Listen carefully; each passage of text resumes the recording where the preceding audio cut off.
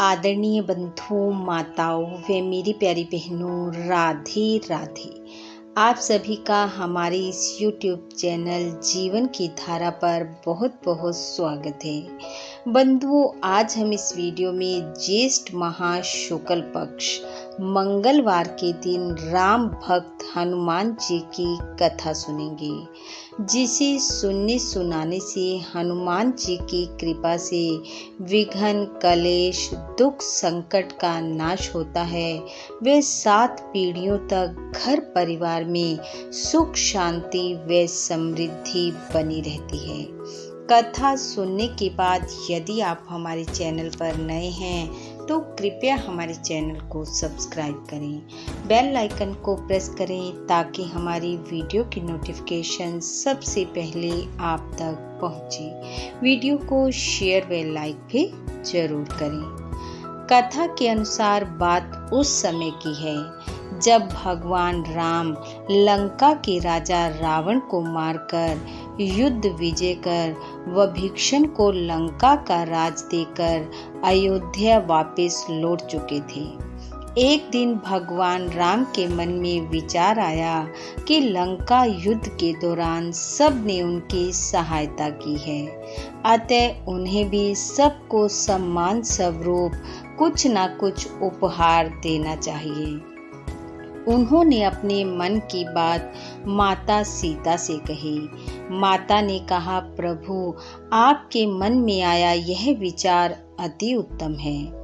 अतः अगले दिन जब दरबार में सभी उपस्थित थे, तब श्री राम व माता सीता ने सबको भेंट स्वरूप उपहार दिए। सबको उपहार दे दिए गए थे, बस केवल राम भक्त हनुमान शेष थे।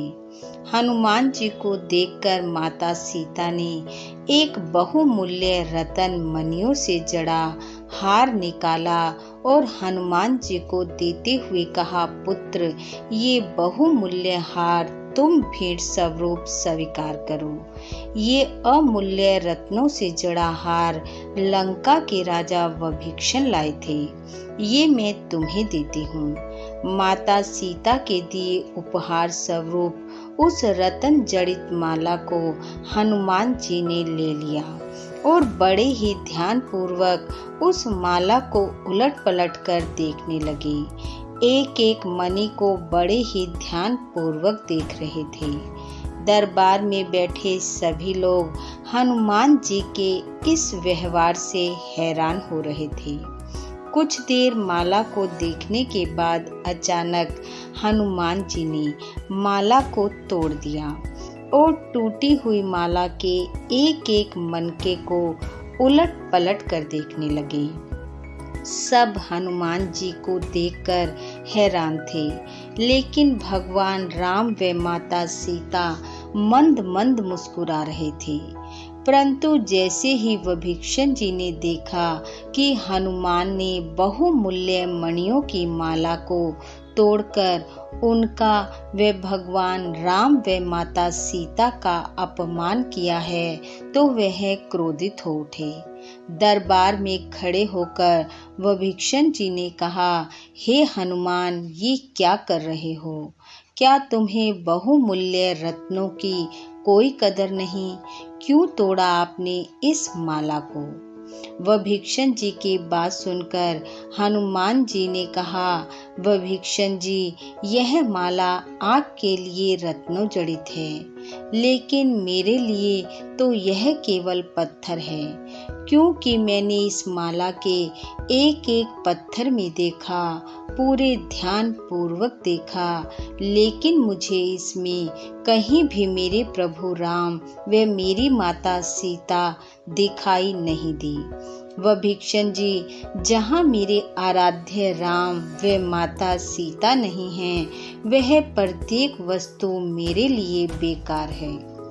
हनुमान जी की बात सुनकर क्रोधित होते हुए विभीषण जी बोले, तो हनुमान, तुम्हारे मुताबिक जिसमें प्रभु राम व माता सीता नहीं हैं वह बेकार है, व्यर्थ है, तो मैं यह जानना चाहता हूँ कि तुमने इस देह को क्यों धारण कर रखा है, क्योंकि प्रभु राम व माता सीता के बिना तो यह देह भी व्यर्थ है। हनुमान जी ने कहा, विभीषण जी, आपने ऐसा सोच भी कैसे लिया कि मैं अपने आराध्य के बिना इस शरीर को धारण कर सकता हूँ। जिस क्षण मेरे प्रभु मेरे हृदय में नहीं होंगे, उसी क्षण मैं इस शरीर का त्याग कर दूंगा। विभीषण जी ने कहा, हम कैसे जानेंगे कि आपके हृदय में प्रभु श्री राम व माता सीता विराजमान हैं। विभीषण जी के मुख से ऐसा सुनते ही हनुमान जी ने दरबार में अपने सीने को चीर कर दिखाया, जिसमें भगवान राम व माता जानकी विराजमान थे। यह दृश्य देखते ही दरबार में उपस्थित हर व्यक्ति स्तब्ध रह गया। पूरा दरबार भगवान राम व माता सीता के जयकारों से गूंज उठा। राम भक्त हनुमान की जय जयकार होने लगी।